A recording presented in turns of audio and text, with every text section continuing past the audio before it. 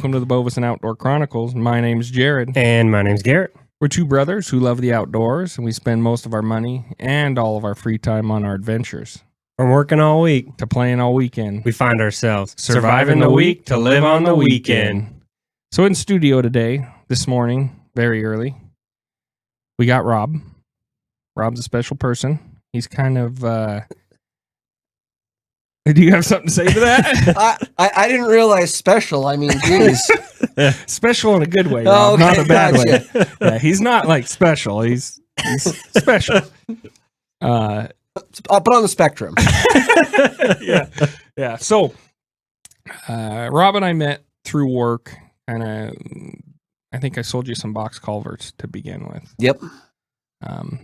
And I don't know, through talking, we kind of became friends, and we were having lunch one day. I think it was lunch when I was a salesman, so it was lunch. Yeah, we were having lunch. Yeah. Little Mexican place. And I was telling you about this idea I was kind of having for a podcast, and you kind of encouraged me and gave me some words, and so kind of the reason we're sitting here now is because of you. Like, you definitely... I might have been on the edge, but you gave me that push I needed. You're at the edge of the cliff, and I would just gave you a little shove. Yep. Yeah. And like we talked about it before having a podcast, nothing really went through. But then after that lunch with you, he came to me and he's like, we're doing it. Yep. It was just kind of a different mindset than like initially was. He was like, we're doing it. We're taking the chance. We're putting the effort out there. Yeah.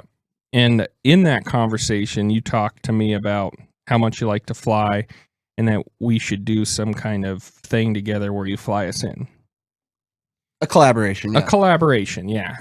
And so we did end up doing that this year. Yep. And we did talk about, what was the name of that episode?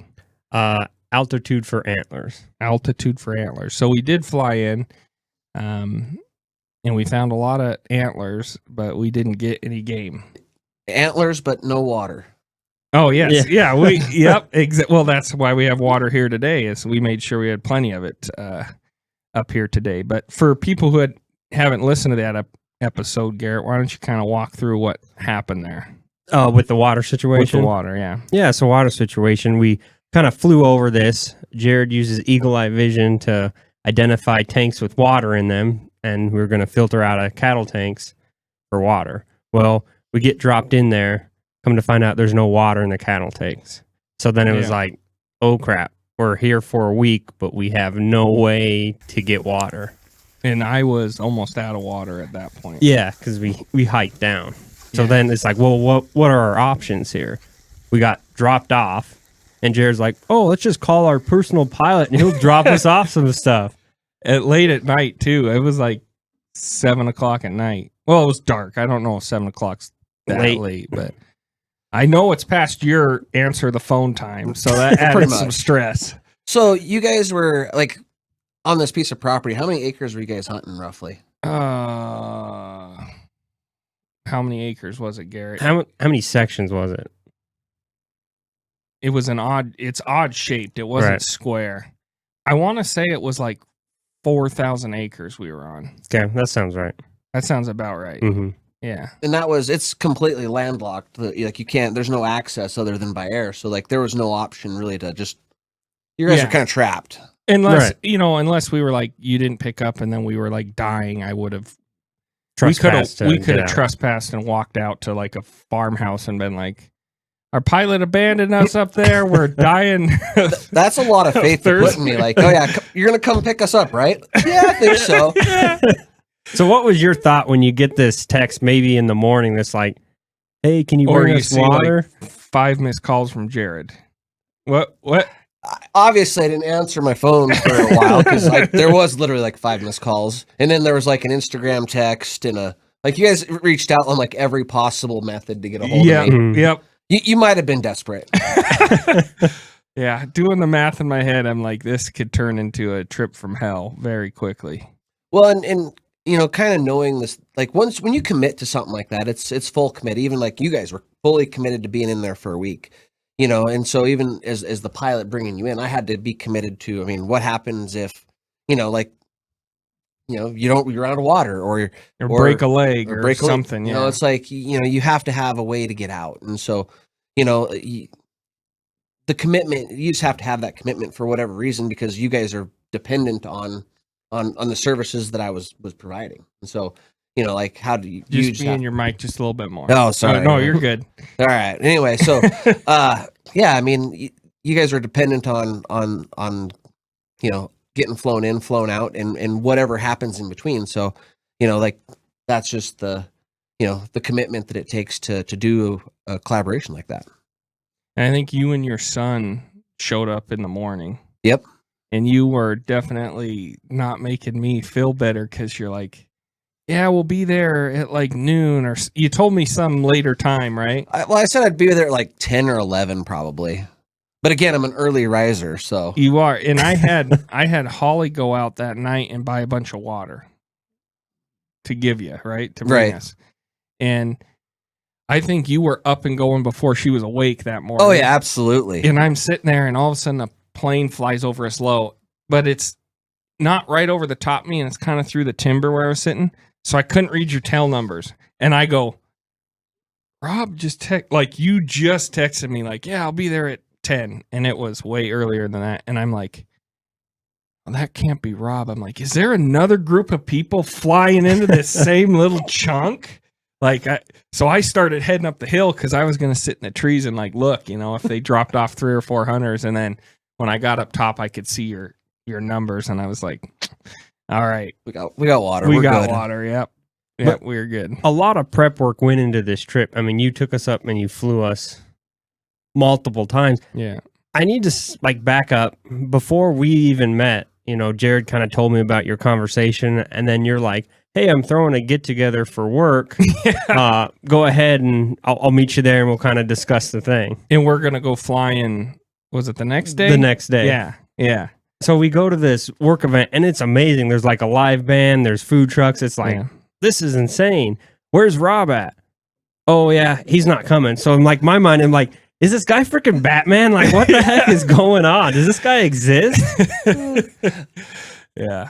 We had a job going, and it just it didn't make sense to come back for the party. And so, when you're committed to something, you full commit to it. And like, we had asphalt coming and we needed to get it prepped, and we just gone through a bunch of rain. And so instead of coming and having the party, we, stuck it out up there and got our job done. And, yeah. And you're like, oh, we'll fly next weekend. But I do like with you, Rob, it's not by the seat of your pants. You're very on time, always early. Like sometimes like the opposite of Jared. Exactly the opposite of me. I'm not a good communicator, but the communication between us sometimes is like, I don't talk to you for a week. We had plans to show up, and sometimes you show up, or other times like we don't talk. And like this party, I'm meeting you there. I hadn't heard anything different, and it was like, oh no, Rob's not even in the state. Like you were still in North Dakota or something, right? Yep. And I call you, I'm like, hey, so what's your plan for tomorrow? Oh, I forgot to tell you. Yeah, we're not doing that. And it was like, all right. And Garrett's like, is this guy real, Jared, or are you just pulling my leg? But very real. Yeah, very real. So kind of your backstory, I want to get into that a little bit. So we know you're a pilot, but how did you get into that? Like, what do you do for work? What's your... So my uncle, my grandparents both flew. I have an uncle that flies. And so I've been around aviation my whole life. But what happened is that, it's expensive to it's not terribly expensive, but like there's a time commitment. And so I started flying. I didn't start flying until I was probably 23. And, I bought an airplane, was getting my license. It's really hard to find instructors. Instructors are a challenge to come by. And so I was about 2/3 of the way through, but it was taking a long time. I had 2 young kids, and so instead of just getting done, I ended up selling the airplane, invested back into my construction company. And so I didn't fly for 10 more years. And then I woke up one morning, it was like Christmas, and I'm like, I'm giving myself a Christmas present. I'm going to just finish up my license. And so, got my license finished up, and then just did a lot of flying since then. I'm going to give myself a Christmas present. I'm going to buy a freaking airplane and be king of the skies. I mean, that's... I take the business was going pretty good at that point. It was immaterial whether it was doing good or not. I mean, it's like Oh, heroin. really? You buy your, you serve your addiction irregardless of the cost. I mean, you guys know this. Yeah. My wife is learning it. Right. Yeah. No, I totally get that. Yeah. So It's oh, go ahead. Oh, it's just not even an option. Like, it's not, and the mindset is not, this is an optional thing. The mindset is like, this is what I do. You know what I mean? It's almost as needed as like breathing.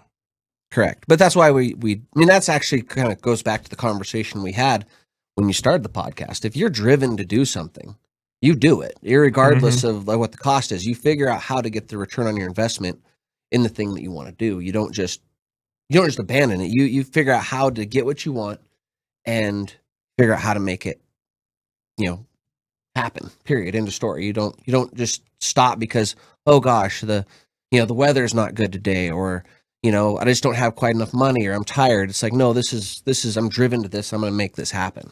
Mm-hmm.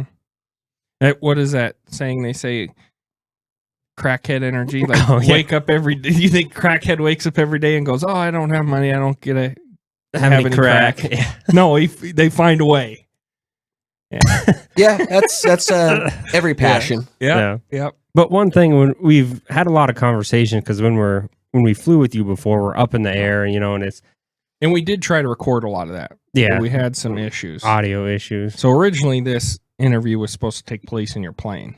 So this is like take 3 on trying to interview you, where we didn't have sound or didn't record right, and yeah. So we'll get it figured out. It's been a little bit of a struggle bus, but it's been fun. So that's all it's it really been matters. really fun. Yeah. But even going back to some of our conversations in the plane, is one thing that you said that inspired me is like, the world will be a better place if people can just follow their passions and do what they're passionate about. Like overall, the good of the world just increases. And that's something that it's like, wow, I never really had that perspective before. But even think about when you don't want to do a task, it sucks, but you do it. But when you want to do a task, how much happier you are, how much like more positive energy you're giving off. And then when you talk to someone, they're more positive, and it's just kind of like a landslide of positive energy. Well, I think a lot of times people end up doing things that like out of duty instead of out of desire. And so like, let's just take Montana. I don't hunt. Like I hunted a lot when I was younger, but now I just don't hunt because I just don't have a passion for it. But I have a passion for flying. And so, for me to waste my time and energy hunting just detracts from what you guys are out there trying to do.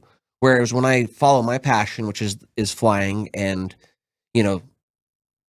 I'm able to add to what you're doing and not take away and add to the whole experience versus just, going out there and detracting from everything that everybody else is really passionate about. Well, even professionally, when you talked about that, I immediately thought of teachers. Like, we've all had good and bad teachers, and the good ones are usually teaching because it's their passion. Mm-hmm. And the bad ones are usually teaching because it's their job. And how applicable that is just across the spectrum. Well, and a lot of times people like say it's out of duty, and it's like they don't feel like they can do what they're really passionate about, so they settle for something else. Mm-hmm. And so it doesn't, settling for something else doesn't work in relationships, doesn't work in work. It's not a concept that works for people. I like that perspective a lot. I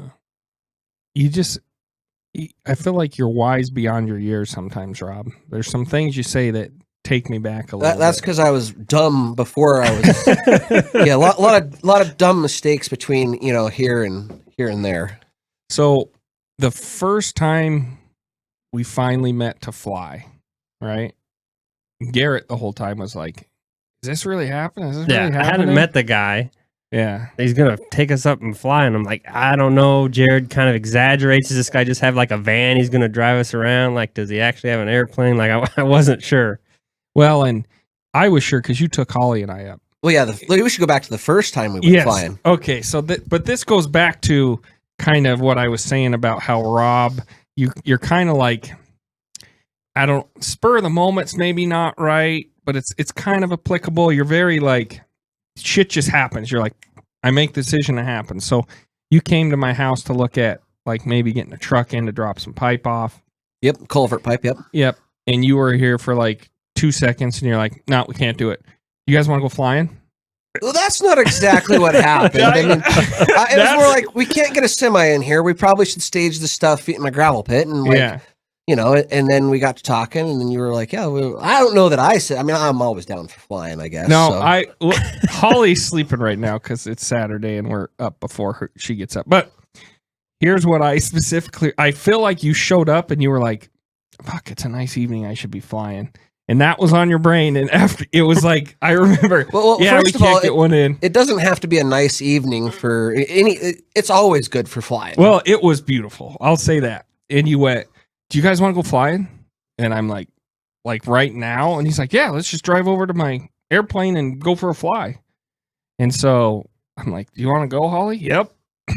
Show up, pull your plane out. I was kind of in the same mindset you were the first time, like, I can't believe people just do this. It's like a disbelief. Yeah. And then we flew up and you flew us all around kind of south central Montana, kind of by the Beartooth and the Yellowstone. And it was just beautiful. And then another one of these kind of spur of the moment things, Rob, you're just like, you guys want to get some dinner? And we're like, yeah, sure. You landed in Red Lodge. Yeah, landed in Red Lodge, and we walked down and had supper. And I felt like a VIP. We did have supper, and then you walk back to the plane, like you walk back to where you parked your car, and you fly home. Yeah, it was a good time. It was a really good time. I grew up in Montana. Like, I love the outdoors. I love being outside. And then being able to have the opportunity to experience that completely differently. Like, being in a plane, it's like I've seen all these things my whole life, but from a plane, it's just such a different perspective. It's like, this is amazing. I will say he hasn't shut up about flying with you since flying. Well, that first morning we went out flying was a pretty spectacular morning. Yeah, it was. You know, there was some low hanging fog, and it was just a beautiful, beautiful morning. You know, had the trees were changing colors. It was super nice. Oh, because we dumped into that river valley. And we were like flying through the clouds and up. You got some pictures easy on of the it. flying through the clouds part. We're probably above them a little bit.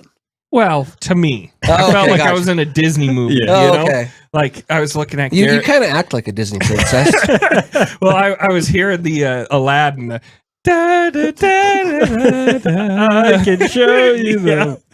Oh, wow. But yeah, it was unreal. And I know that first flight, I don't do well with flying. I never liked flying. I get motion sick. We get in this plane, and it's a nice plane, Rob, but it's definitely like the smallest plane I've ever been in, because I've been in just like commercial airliners, right?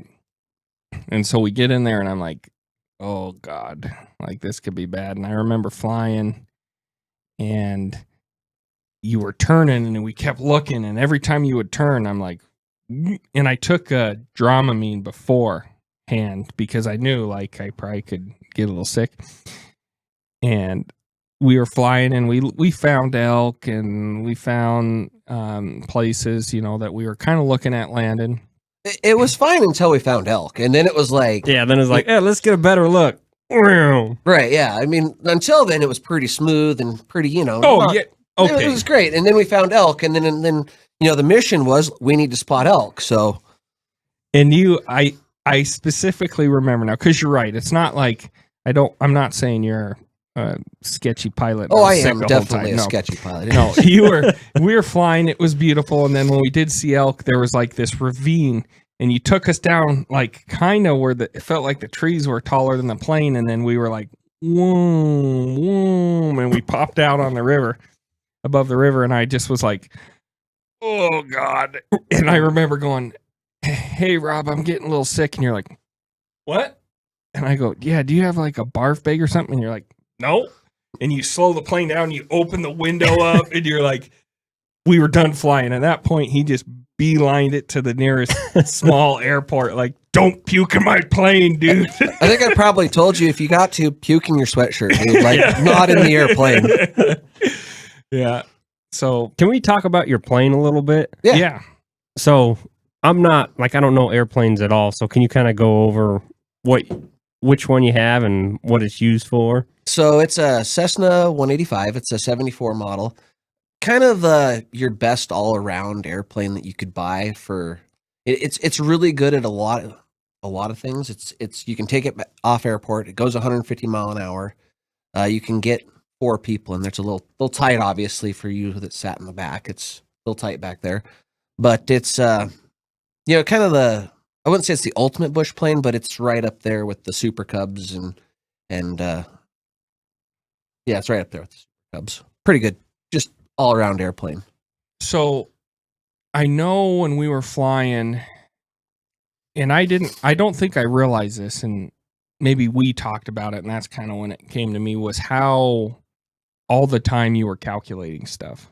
Like figuring a spot where we were going to land, you were like, because like if we land there, you got to take off. Correct. Like you could land kind of anywhere, but it's like, can you get your plane back out? Right. Right. So can you kind of step me through what's going on in your mind when we're flying? And there's a bunch of times we like flew it felt like 10 feet off the ground while you were looking at, what the ground looked like and all that. Well, you're making inspection passes to see, because once you touch down, you're fully committed to, pretty much getting it shut down and stopping. I mean, if you look at, that spot that we dropped you in, there wasn't, when I took back off, there wasn't more than 100 to 200 feet before there was a, massive drop off. And so, you just have to have that runway length to be able to, get back off and get out of there. And, we were at a higher density altitude. So, I mean, it's, when your density altitude is, a mile above sea level, the airplanes just don't perform as well. They take more runway. They don't have as much power that they're producing. So it just takes more runway. And so like one of the spot that we picked, part of the reason we picked that is the cliff on the edge. And because it ensured that there was, there's an out. You might not be flying real good, but you can go over that edge and still pick up airspeed and fly out versus, trees on both sides where you're out of luck. And when I did pull you guys out of there, it was one at a time because there was no extra runway at all. And I know we were pretty disappointed because we didn't get anything. I wasn't disappointed at all. You were like, that's good. For the first trip, there were some kinks we ironed out. Like, it's probably good because, I remember talking to you on the phone. You're like, can we bring you out Thursday? Because I can have some buddies with Super Cubs. Yeah. Yeah. So if you had shot something, we can get it out. Otherwise, it's going to be like an all day, one trip. Because your plane needed to be light enough for that runway. Correct. And we have some cool footage we'll splice in here of exactly what you're talking about. And when I flew out, I felt it. Then I saw the video of it and it was cool. So like we're taking off towards that edge and there's like a little dip before the like big edge. And we come off that dip and we caught a little air. And then you hit that next kind of bump a little bit and it bumped us in the air. And then all of a sudden we were like 1,000 feet in the air. It's cool footage. It's like grass, little bump, boom. And then it was just like off we went, yep. And I don't know if you knew that or were aware of that or you were totally chill, but I was just like ignorant as shit. I'm like, but if I could have watched that from the ground, I'd been like, holy crap. They're going to drive off a cliff. Yeah. I mean, it was cool. It's probably a good thing you were the first one out. You'd have probably been too scared. You'd be like, I'm walking out. Yeah. I'll take the trespassing. I'll take the jail time. Yeah. So when you kind of went over what you're looking for, where you can land and get out, is weight's probably your biggest consideration with your airplane, right? Because your performance, or is there other things that you need to look at? There's a lot of different, you got density, altitude, you got wind direction, you got runway condition, I mean, everything, all these things add up. You got, it's tall grass, so and it's bumpy, so you got that extra friction that's not allowing you to get a good ground roll, so it's slowing you down. Like when we came out of there wasn't a whole lot of wind, and so if you have like a 10, 15 mile an hour headwind, that gets you up to airspeed a lot quicker. So you're able to start flying sooner and way less runway. And so, the conditions were just such where it was just, there wasn't a lot of extra. But there are a lot of different things that you're always calculating. And, you can run the calculations all you want, but then there's also that intuition where it's like, okay, this isn't going to work. Like doesn't matter what the spec book says, like it's going to fly when it flies. And so it's trusting all the information and then just building up enough repertoire of good things so that when you do have a few of those hiccups that you're able to still, succeed in your mission. What have you done to your plane that helps you succeed? Well, nothing to my 185. Nothing? It's pretty much bone stock, yeah. All right. You put some nice tires on it. Well, yeah, you guys came and helped put the tires on that evening. No, it's got 29-inch bush wheels, but that doesn't really help your... That right takes away some drag. It adds drag, but on takeoff it doesn't hurt. It's because you're going so slow. It actually is more of a benefit because it helps roll over the nasty little holes and just absorbs a lot of the ground roughness, and so that's a benefit. But as far as that, I haven't. It's just running the same stock IO 520 and just pretty much bone stock. It does have a Horton Stoll kit on it, but it's not the best Stoll kit that you can put on them. Stoll kit. What's a Stoll kit? Short takeoff and landing. Stoll kits just improve the aerodynamics of an airplane so that you can take off shorter. Is that on the wings? Wings. Okay. Yep. All right. And I just know the wheels were kind of a big deal because when we were sitting at the airport, another pilot came in, and I didn't know this, but pilots have their own like club. Like you guys are like instantly kind of friends off the bat. Well, yeah, absolutely. I mean, there's only like 600,000 pilots in the United States.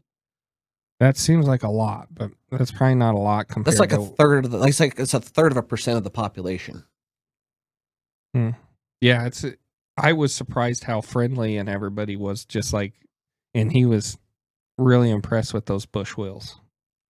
Yeah, I was like, but maybe that's just like pilot talk. I don't know. Pretty much just pilot talk. Yeah. I mean, it's when you see the bush wheels, you know that airplane's going off airport. So. If so you have pilots, but then you have you have the bush pilots, you have the just the traveling pilots, the asphalt queens. There's a lot of different I from that I take it you are kind of pride yourself on being kind of a bush pilot. I like the backcountry stuff. It's the most fun. I mean, it's the most challenging, it's the most rewarding.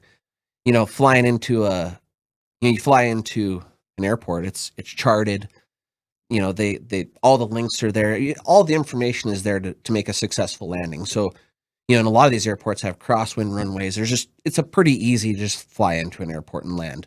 When you start flying backcountry, you don't have lighted strips, you don't have you have changing conditions, you have elk on the runway, there's all kinds of different things that happen, and so it just makes it's just more real. Asphalt queen. Asphalt queen, yeah. Is that your term or is that like the industry term? I don't know, honestly. Right. It's just not what I mean. No, I get it. I get it. Just like, there's people that hunt from a truck and there's people that walk. Yeah, the whole pavement princess, but asphalt queen for planes. Asphalt queen for planes. Interesting. When you took us up one of these times, we landed at one of these small airports, and kind of what Jared was saying is it's a world that I didn't know existed. You land, and then I think we went in, and there was like bathrooms and stuff. It was like a whole different access to stuff that the normal person has no idea about with the different. Yeah, I had no idea there was like services ports. at airports or smaller airports like that. It's a small community of people, and so you have to stick together because there's not like there's services everywhere, and so if you're a pilot, you want to keep everybody up and flying. You're in aviation because you love it, and so you do what you can to make sure that every other pilot out there has the access to resources so that they don't get stranded somewhere. Because when you fly, it even though it might feel seat of your pants at times, there's so many things that come together to make it possible. And so, there's no saying that you fly in somewhere and then airplane breaks down or weather moves in and you're stuck. Like you're not leaving. And so, the pilot community is aware of this. And so, they just make sure that there's, courtesy cars and, access to, just services that you use every day. And so it's just it's one of them things where if we don't stick together and we don't work together, then it's a community that'll die because there's just not that many people that do Not it. enough of you. It's sort of like with hunting, you're trying to make sure that you are a good steward of the activity that you're a part of, and because you want to be able to keep having access to it. And so you have to just be involved all the time. Yeah, I mean, it was definitely a world that I didn't know existed. And then at all. speaking about plane breaks down, you're stranded somewhere. Initially, when you landed, when you went to take off, it was not starting. Oh, It's called something. It's Yeah, a what hot was it? start. It's Hot it's start. fuel injected. When they're hot, they don't like to start all the time. So you kind of have to follow a process for the hot start, and sometimes they just don't take off right away. So we get dropped in, the plane goes to take off, it's not starting, and I'm like, well, I'm used to my truck breaking down and getting someone to come pull me out. But when your plane breaks down in the middle of, who do you call? You're like, and it's nothing. And I'm like, oh shit, this maybe went south already. And no, you took off, and there was a weird feeling of loneliness because I knew I wasn't like stranded, But you were pretty much but I stranded. was lonely, right? Like it was like, no, I just felt like I saw that plane take off, and it was like, oh, there Rob goes, and then all of a sudden you can't hear the plane. And it got real. Yeah, and it was like, oh shit. You know, we're in here for a week. And then it got real when there was no water. Yeah. Really fast. So what part of flying is your favorite? Like, do you like the challenge? Do you like, is it relaxing when you get up in the air and you see this beautiful scenery? It's all of the above. It's doing the maintenance on the airplanes. It's flying, and because it's relaxing. It's also flying, and then you're flying into a challenging place. It's just the whole experience. It's all of it. It's not just one thing. I mean, it's just like hunting. It's the same thing. It's just something you're passionate about, and so it's the whole experience, not just one single part of it. Is there a goal you have that you want to do? Something that Fly all the time. Yeah, no, That's I the get only that. goal. But like for me, I really want to shoot like a bighorn sheep, right? So within hunting, there's like specific goals. Like, do you want to fly to fly to Florida Alaska? or- Maybe okay. flying in Alaska could be fun. It'd be fun to be a missionary pilot down in like South America, like just flying into challenging places. Would be fun. Now, whether I do those things, I mean, I'll definitely fly in Alaska, but the rest of it, I don't see. Not to take it one day at a time. Is there a like creme de la? Is there like a I don't know. In my head, I'm thinking like the trophy elk or the trophy animal of flying. Like, it's hard to do, but it's like an incredible accomplishment if you can do it. Like flying over the Atlantic would be some pilots died trying. We finally got it. Is there something like that that's on your radar that you want to do? No, nothing. Just flying. Okay. Just being a part of like flying you guys in. Just it's more like just bringing the experience to everybody. Sharing it, and aviation is a ton of fun to share with people, and so. To me, that's more of just sharing the experience. So when we were flying in, I know the plane was a little heavy for the shorter runway, or we were worried about weight quite a bit.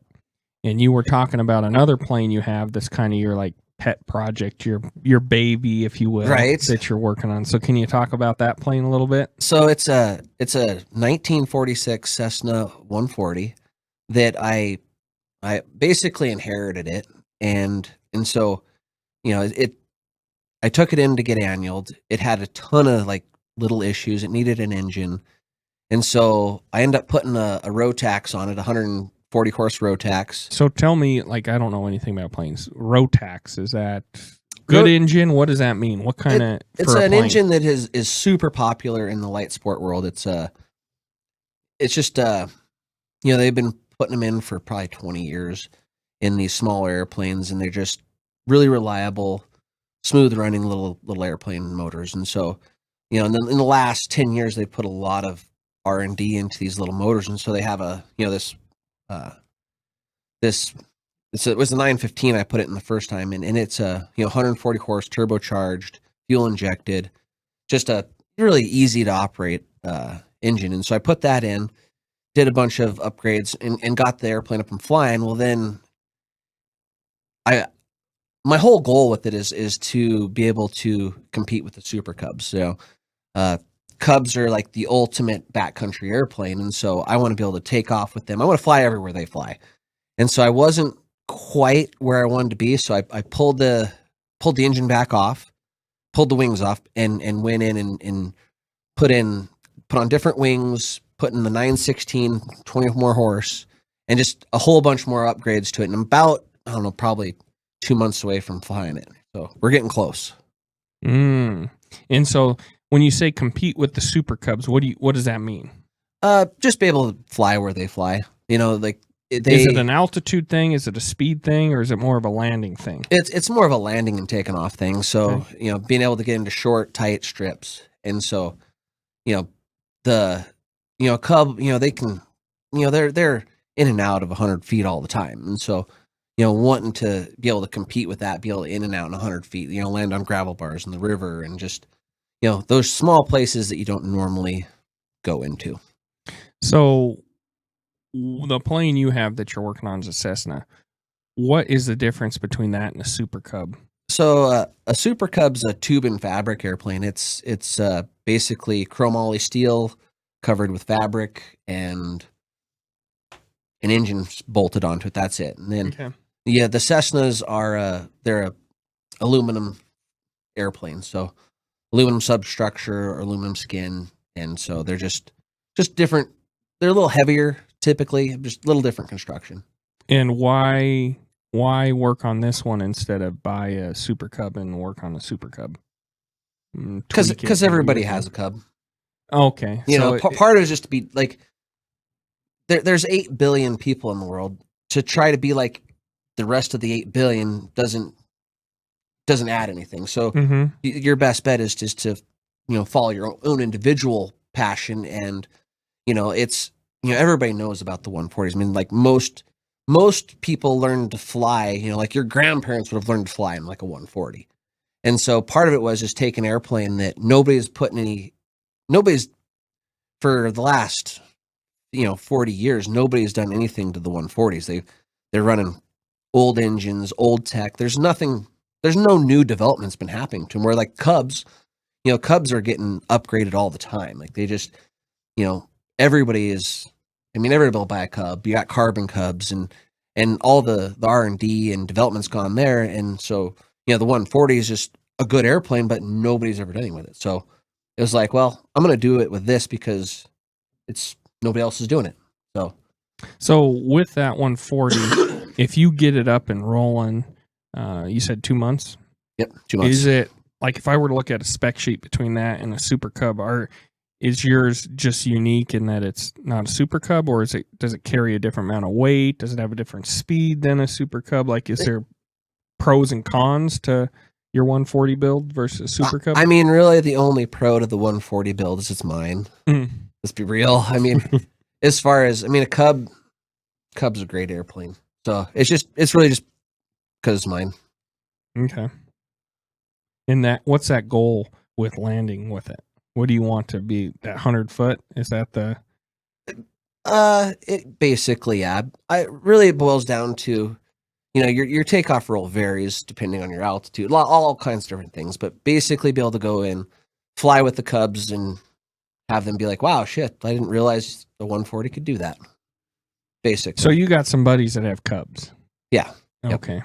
And you want to hang with them and be like, I want to do a little more than just hang with them. I want to go out there and be like, wow, like didn't realize Oh, I want to actually beat them is the idea. Oh, okay. You know, Yeah, no, I'm good with that. It sounded like your motivation was like you just wanted a cool thing, but no, this cool thing is gonna like work as well. It's gonna well, be it's all about the the best. experience. I don't want to just go build an airplane that's, short takeoff and landing, and that's all it does. I want to have an airplane that I fly into the backcountry. I mean, I want to go over to Idaho. I want to go to Alaska, and just fly into the backcountry and just go camp and hang out and just fly with other pilots that are doing the same thing. That's the whole goal with it. So, I'm not interested in just an airplane that can, land and take off short at a competition, because that's, the competition is supposed to be a reflection of real world experience. And when you build an airplane that only can compete, at the STOL competition, it doesn't actually have real world application. And to me, the backcountry flying is, what the STOL is all about. And so I want to be able to do that. Yeah. So you mentioned flying into the backcountry and camping, or maybe just landing and looking around for a bit and flying, right? What is some gear that is like when you're gonna do that you keep on your plane? Pretty much the same thing you guys have. I mean, Okay. you have, survival kit and water and just kind of the same stuff. So I mean, you never know when something's going to go south, and so you just, first aid kit, fire extinguisher, you kind of your standard stuff that you would carry. Just hopefully it's lighter than, try to keep it as light as possible, just like you guys in the hunting world. So let's say there's somebody looking for a bush pilot, and I will say my mother was not happy. I told her we were flying in on a little plane and getting dropped off in the backcountry. So I'm sure there's other people out there that are in that same boat, and bush pilots aren't just like a dime a dozen, right? It's kind of hard to find somebody that can do it. For advice to somebody looking for somebody to fly for them, what are some things that you would look for in a bush pilot, or things that would be red flags for in a bush pilot, or someone that says, yeah, I can fly you in there?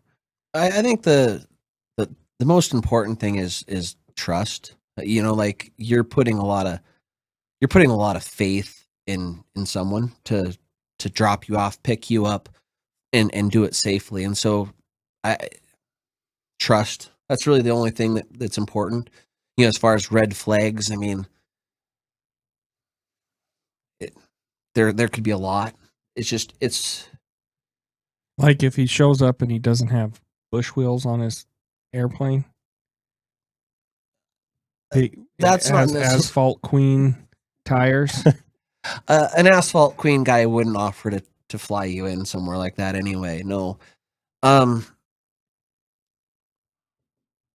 There's so many different things that could be red flags to try to name them. I mean, that's where it just boils down to trust. I mean, you have to know that they're going to do what it takes, and that ultimately could be a red flag. I mean, so you have a pilot who's willing to put his airplane in jeopardy to make sure he comes and gets you. That's a red flag. Let's be real. That's, I mean, if he's willing to land you off airport, that's a red flag right there. So I don't know that there's just not a good answer to that. Well, okay, let me rephrase. How about when you're talking to other pilots or other people about airplanes and flying, is there anything, or is there stuff that comes up where like in your head you're like, this guy has no idea what he's talking about. This guy's talking out of his ass, or that guy's doing some unsafe shit that I don't agree with. Is there, or is everybody pretty? But everybody's, I mean, what we did, a lot of pilots themselves would say it was unsafe and stupid. So, it's. I hope my mom doesn't listen to this episode. But it's just the power of perspective. I mean, if you've never done something before, you're not a part of it. You've been just involved in it enough to know that it's not safe. I mean, like race cars aren't safe. Like there's so many things that just aren't safe, period. Mm-hmm. Hunting isn't safe, period. I mean, you're walking around with a loaded firearm. I mean, some people think that's just, I mean, that thing just doesn't randomly go off and just kill people. I mean, yeah. Okay.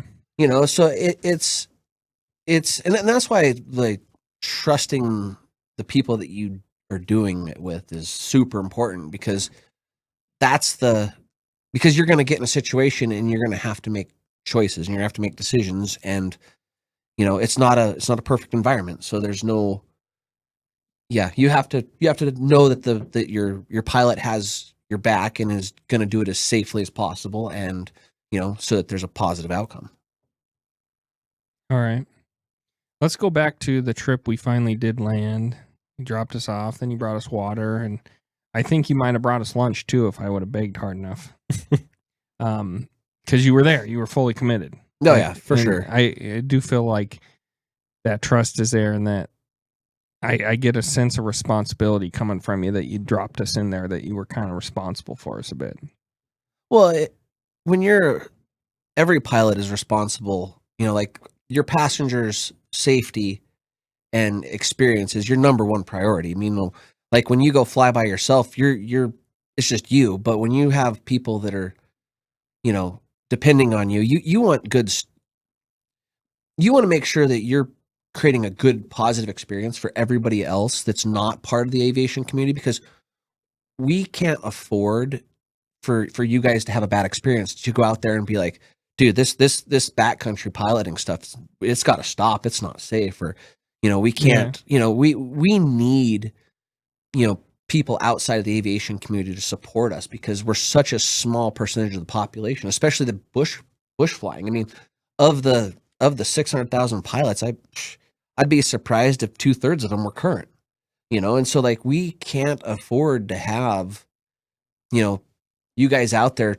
trashing the aviation community. So we have a huge responsibility to ensure that we're doing things properly and respectfully and creating a good experience, because we're too small of a group to go lobby and get anywhere. Mm-hmm. Well, and even not just us in your plane, I felt like dropping us in there, you felt responsible for us, because you were kind of our only way out as well. Right. So if I abandoned you guys in there, you'd be like, yeah, this backcountry flying stuff. I mean, you wouldn't have had a good experience. So you would have been, you'd have been frustrated. You'd have been like, you wouldn't have felt compelled to do anything positive for the aviation community. You'd be like, yeah, those guys are, flaky. Mm-hmm. We're not even sure they really exist. So on this trip we were on, was there a shining moment where you're like, this is cool as shit? And then opposite of that, was there a moment where you're like, nah, this kind of sucks? I'm sure getting up that next morning and being like, I got to bring these retards water, that kind of sucks. I mean, I knew you guys were retards from the moment you agreed to go flying with me. No, there was, to me, it was a job the whole time. Like it wasn't about my experience at that point. It was ensuring that you guys had the experience. So for me, it was, continually just calculating, what I needed to do to make sure your guys' experience went well, because it wasn't about me. It was about ensuring that you guys had what you needed. So there was no dread in it. There was no like shining moment. It was just a job that I was doing, and to make sure that you guys had the experience. Oh, we did have a good experience. That's a pretty selfless thing, though. Yeah. Oh, yeah. I mean, that opportunity for us, like, I still can't believe it. Like, I look back at photos and videos, and it's like, that actually happened. And we have no one to thank but you. I mean, you made it happen. So I want to say thank you. Well, you guys, I mean, Jared did a lot to make it happen. He did a lot of research on where we could go, where we could land, legally what we could do. Called a lot of law enforcement. called a lot of law enforcement. Yeah. Hypothetically, I'm thinking about doing this. Right. Yeah. No, I played a really small part. Like for me, flying is something I do because I love it. So it was super easy for me just to fly you guys in and drop you off. There was it cost me 3 days of my life. Whoopee. It wasn't a big deal.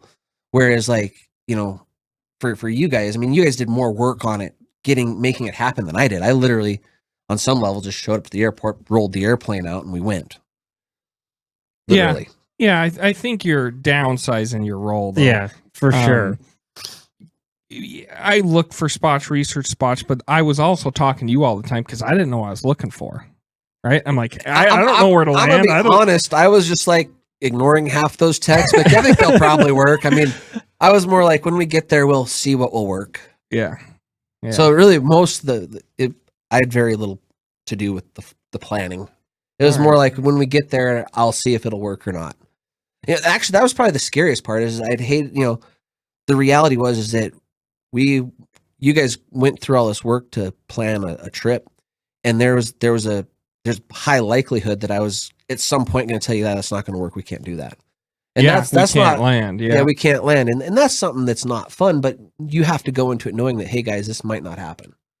And because at the point where you're dropped in, my option to tell you that we can't do this anymore basically kind of goes away. So yeah, so you have to make that call before you right. I have to know down. that most likely, with all the cards are stacked in our favor for this to come out. And if there's too many things that add up to not a successful trip, having to say, hey guys, I know you guys planned this. I know you have this podcast around. I know you put a lot of work into this, and have to tell that person no, not something you want to do, but something you walk into knowing that it's a very high likelihood that you're telling them no. And that also goes back to the trust, right? Like, we're trusting you with our lives to make that decision. Yeah. We're trusting you to make that decision. Correct. And so, but even then, like, even though you're trusting me, nobody wants to let anybody down.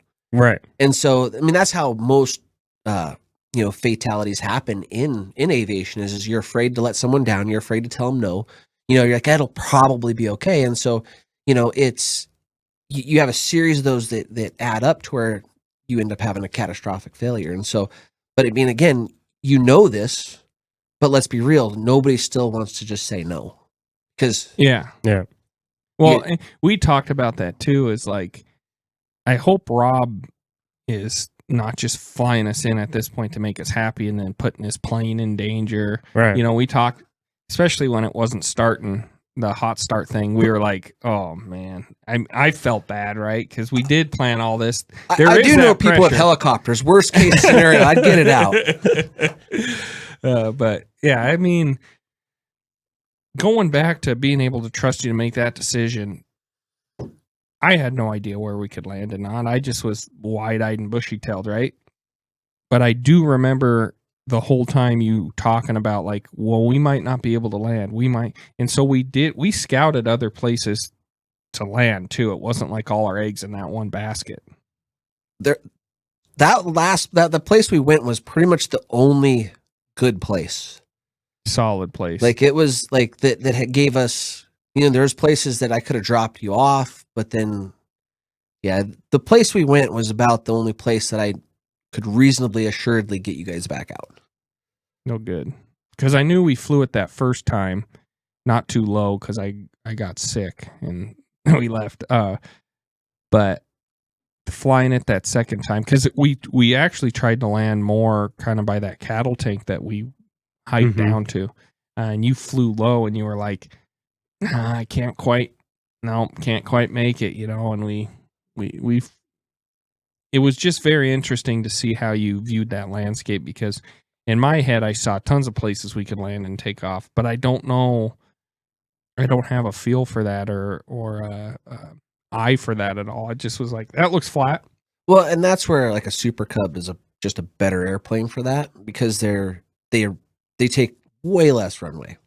And so, yeah, hence the reason Super Cub is such a, powerful backcountry airplane. Whereas like the 185, it's good, but it does 150 mile an hour. A Cub, what does a Cub do? 90-ish. Oh, Okay. So it lands slower, it takes off slower, it does everything slower, and so it's great for backcountry stuff. But if you want to go anywhere, holy cow, like you can get passed by a car on the road. Yeah. Yeah, you're not going much faster than a vehicle on the highway. And that's one thing that surprised me, is like how fast the rate of travel is in an airplane. Well, like, apparently in that one. If we were in a different one, yeah, well, it's still better because you can go in a straight line. I mean, it's when with the backcountry roads that we have right here in Montana, you got to go 3 times the distance to get places sometimes. So when you just go from point to point, it's way better. It's incredible. It's like, we're here already? What? Like, I grew up here my whole life. That takes at least this long. And it's like, nope, we're here. I think we went out flying. We're like back by like noon or something. No, we were back by like 9 o'clock. Yeah. It was insane. because we left like right at light or right at sunrise. Right before daylight. Yeah, no. It's funny because you guys are kind of planning this whole day thing. Like, this is going to be all day. And then, Jared gets home and his wife's like, well, why are you back? He's like, well, we're done already. Yeah, it was another weekend and she wasn't really up by 9 o'clock and we were back and she was disappointed. She was like looking forward to having the day, yeah, and relaxing. And I was home by 9. I remember after the first time you took us up, we're back in the truck, headed back, and I'm driving my truck and I'm thinking like, no one on the road around me knows where I just was at. I mean, I was just clear over here and no one knows. It was just like a huge sense of like freedom. It was unreal. As like, I couldn't wrap my head around how I was clear over here and then back within a couple hours. And even going in, we decided to meet at a different airport and we were dropping one in at a time and hauling our packs in. Maybe we hauled in a guy in his pack. I don't quite remember how we went in. Because you weren't so worried about landing heavy. Yeah, and dropping off, right? Yeah, there was plenty of runway for landing, not so much on the takeoff. But what was weird is like you took Garett in first, and it was like 40 minutes, if that, and you were back and picking me up. And if we were to drive that was like a couple hours, right? And so it was unreal. And even coming out, it was like boop, boop, and we were out. Yeah. You know what I mean? Like usually coming out is like a all day event for us, and you finally get home. But this was like, it was. Well, and I thought it took plenty long as it was, because it was 3 trips to getting you guys out. So it was. Yeah, because it was you and then your gear and then Garett. So, and all the antlers. We found a lot of antlers. Just none of them were attached to a skull. No. But there's more opportunities. We'll try it again. Have you guys been scoping any other spots? There's one spot I've been looking at. It's kind of around the same area. Okay. It's more south and it's more flat and open, like kind of prairie. Nice. Where we landed was a lot more cliffy, breaky. Yeah. But I need to talk about the scale from an airplane because, like, we flew this several times. That's not bad. That's like a little hill. And then we're there for a week and we're hiking it, and it's like, holy heck! My scale is way off. I mean, this hill is very large. Yeah, going from the airplane, flying where we were going to hunt, and actually just sit and walk it, it was like the scale magnified, A lot different from the air. Yeah. And like when we say maybe 1,000 feet's not right, but that cliff that we came off the runway, I mean, that was tall because I walked down to the bottom and picked up an antler and had to walk back. And it probably took me 2 hours to go down and back. Well, and that cliff definitely was our security blanket though for flying out of there. Cause you can, that was our area where you drop in that you had that, 600-800 feet where you had that elevation, you could pick up speed and then fly out the bottom.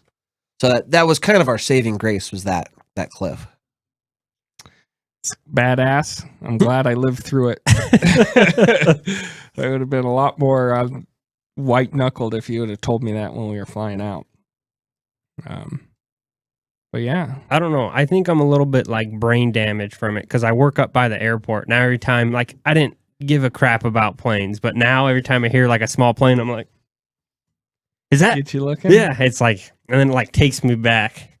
It's just, I wasn't aware of this whole world of aviation, and I'm like bush pilot aviation. Yeah, the whole experience has just been like incredibly eye opening. Is like, this is incredible, and once again, just thank you for allowing us to experience that. Some of the photos we took from up in the air, it's like I would have never seen Montana like that. And now I have, and it's the whole thing is surreal even after the fact. I still just can't believe that it all happened. Well, and when you're up in like a commercial airliner, you're so high. Yeah. Like this is like, feel like you're right in it. Well, and that's the beauty of these small airplanes is, Montana's a great state, but there's so much public intermixed with private. And so there's limited access to the actual Montana and the great outdoors. And so, when you're able to get up there and fly and you get to witness the whole thing and take it all in, whereas, like to drive I think you can drive to Texas in the same amount of time it takes to drive from corner to corner of the state of Montana, and so it's just so much area to cover and access is limited. And so, in the air, you can see it so much quicker. You can scout so much more territory, and I know the first time we went up flying, we were looking at a spot for elk and there was just nothing there. And, Yeah. And so like, if you guys would have gone in there, walked in there, you'd have spent a week thinking that you were going to have good luck and there was just nothing there. I mean, you still didn't have good luck, but I mean, at least there was elk We did, in the vicinity. we did mess with elk. We did. But that first, you're exactly right. That first spot, and there's actually a way to get to that by foot. It's very hard, and I'm not going to elaborate on it any more than that. But I do know some people after the fact that I talked to that have been in there, and they'd shot some nice deer and maybe a few elk out of there. If we would have walked in by foot like they've been getting into that area, you're exactly right. We would have spent a week in there and not saw anything. But we flew it, and it was like, well, it was desolate. It burned, right? That was part of it. Forest fire came through there, but yeah, we would have spent a week, wasted our week off of work, and flying it. We changed decision, but that whole thing, talk about prep work. It was like every day was like, we don't know if this is going to happen. We don't, because everything we would check every time, it was like changing and turning different, and the days off, and when you could fly, we were looking at weather. There was a few times you're like, I think I might have to pick you up early if the weather's going to get bad on the weekend. And yeah, it was a whole. So is weather something in particular that you have to watch out for then? I'd say weather is the number one killer in aviation. People fly into weather, make bad decisions with the weather. So yeah, weather is, your weather is the number one thing that you're always paying attention to as a pilot. So when you pull up your phone, you look at the weather, it says it's 35 degrees in Billings. Does that mean it's going to be colder up in the air? Like, what's that temperature? Well, it will be colder as you go up, but that's not, it's the temperature is not the issue. It's thunderstorms really, the really bad for aviation. You have just, low fog, just basically visibility and wind are the two things that you have to, ensure that you're taking into account. So like where we took off, there's you need the wind to be at a certain direction, because there's not a lot of, you really only want to take off going in one direction. And so we needed the wind to be coming from that direction to ensure a safe evac of you guys. And so weather is definitely the thing that you're going to be paying attention to most. And mostly wind with weather, is that your wind and visibility? Wind and visibility. So like temperature, how much does temperature matter in an airplane? It does, because as it gets hotter, your density altitude goes up. So I mean, the colder the air, the denser the air, the better lift you're going to have. But that, that's a lot less important than wind and visibility. When you start flying out of high altitudes, like higher than we're at, like it becomes more and more of an important deal. But density altitude is something that you can calculate a lot easier than changing wind conditions and thunderstorms and visibility things. I know even when we were talking about us when we dropped in, you were picking us up early, and then you were like, and there might be a possibility where like you got to stay in there longer than your week off of work because I can't get in to get you till X. 100%. which was not a red flag, Rob. That's a I good was flag, like, right? That's what I want my pilot to say. It's like being able to look at the situation and just be honest with you. Well, and that's why sometimes it can feel to people like you're flying by the seat of your pants, because you're taking in all the information, and if something's building up to the point where it's not going to work, it feels like it's not planned, but it's planned really tight, and that's why it's like, hey, this is changing, we got to go now. Or hey, like we missed our window, you're going to wait for a week, because there's no it's so dependent on what Mother Nature does. You don't have a choice but to just wait. So I think that's the scary part with flying for a lot of people is that in theory it's quick and it's fast and it's great, but then the reality is that when you have the changing weather conditions and just maintenance, I mean, airplanes need maintenance. Things break, they just do. And so I could have been dropped you guys off and then had a mechanical failure, and like, hey, by the way, we're like 3 weeks out on parts, so here's our options. Mm-hmm. So and I think that's the part where it scares a lot of people, because it can feel just not planned, it can feel haphazard, it can feel spontaneous, but it's not, because it's always planned all the time. You have to be prepared, otherwise it won't happen. It's like updating with real-time data all the time. Correct. Yeah, that makes sense. I do know, and I don't know if you did this on purpose, but the first flight Garett and I did when I got kind of sick, we flew a bunch more times, and not always to scout. I know one time we just you were looking at a chunk of land or something, we went and flew up, and it was like a good evening flight, but how quickly I was getting used to it. It's worth getting used to. It shocked me. Like flying in and flying out that last time, it like didn't bug me at all. And you put us up on one wing, it felt like a few times, and normally that's when I'm like, because the ground feels like it should be this way, but my view's this way. But no, I got kind of used to it. So how did you ever have that when you started? Oh yeah, you'll still get motion sickness. Like, it's just you're used to it, and what the, like, even like when you were getting sick, I could tell you were starting to, like, I mean, usually people start beating up with some sweat a little bit, they pale out, and you're like, okay, yeah, no, they're definitely, and they get quiet, they're over there chatterboxing it up, and then next thing you know, they're quiet and they're not talking. You realize, okay, there's something going on, so you do pay close attention to your passengers. Now, you did get motion sickness pretty quick, because we were, like I say, it was a pretty chill flight until we spotted those elk, and then it was like, yeah, it was like one turn really is what did it to me. Well, it was more like 5 turns in a short period of like 20 seconds. So it was, if I didn't have motion sickness, I think I would have enjoyed it, because it was cool as heck. It felt like I was in a fighter jet. I know we weren't going that fast, but it did. It felt like a scene off of Top Gun or something, A little bit like that. Yeah. Just a lot slower. So when we were scout, like, you travel 150, right? What does that plane come down to? Like, when we were looking for elk and you're just kind of flying and turning, what's comfortable? Comfortable is 100 mile an hour, little, 110. Like, you feel pretty, that's just good and solid. You can get it down to like 80 pretty relatively easy. It stalls at like 50, 60 mile an hour. So it's one of them things where you can't, once you get really slow on an airplane, the controls get really mushy. You don't have great control authority.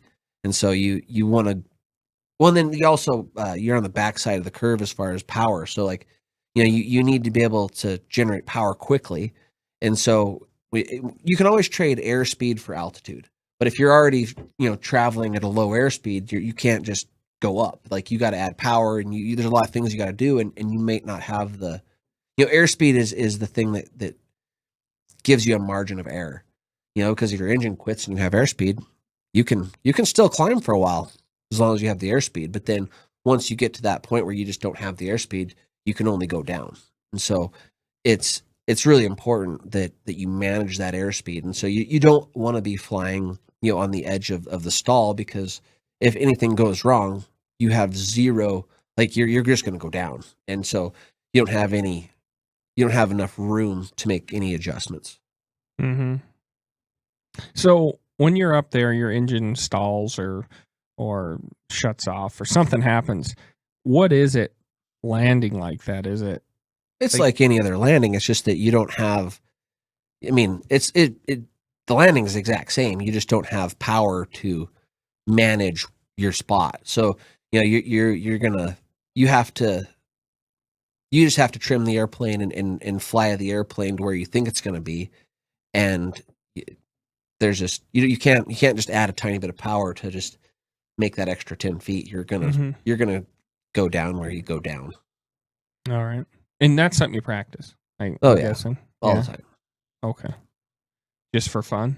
Oh, absolutely. Yeah. Landing is fun. Well, yep, I'll say that. And taking off was pretty. The whole thing was fun. The turning wasn't fun at first, but I got used to it. So, well, cool, Rob. I appreciate you coming in, taking time out of your morning. Absolutely. Come talk a bit. Yep. I'm looking forward to our next adventure. I have some ideas. Maybe we should start talking here in a little bit. What's really going to determine it is the draw. Right. That opens today. March 1st. Yep. So when we put in, we could probably put it in today. Be easy. Then when they draw what, May and June? May, and then June for antelope. Antelope. Even later for antelope, isn't it? Yeah. Yeah. Like July. June deadlines for antelope, then they draw in August. Okay, something like that. But once we know what tags we have, I have some ideas on if tags get drawn or not, type of thing. Well, if nothing else, we can always go spot them from the air. Yeah. Oh, yeah. Especially if you get that bighorn sheep that you're looking for. That's what I was thinking. Is like, it's statistically, I have a better chance of probably getting struck by lightning than drawing that tag. But if I draw that tag, I think we're gonna. If you're up for it, would spend a lot of time in the air looking for a trophy one. So always awesome. Always good to fly. Oh, cool. If somebody wants to check your stuff out, see what you do you have social media on it? No. I'm pretty low key. All right. Well, we have TikTok, Instagram, Facebook. No, not yet. Oh, YouTube. I'm gonna keep saying Facebook until I get it. Yeah. OnlyFans? I mean, come on, guys. Not for the public. Wonder why Rob flew on a special plane. He was a fan. Check us out on all those social medias. If you have any questions or want us to cover anything, DM us, send us an email. Yep. And until next, remember to share your shot, not your spot. A lot of times in this industry, a lot of places get ruined from oversharing. So we like to hear your adventure, but we don't necessarily need to hear where it happened. Yeah. So until next time, we will be surviving the week to live on the weekends.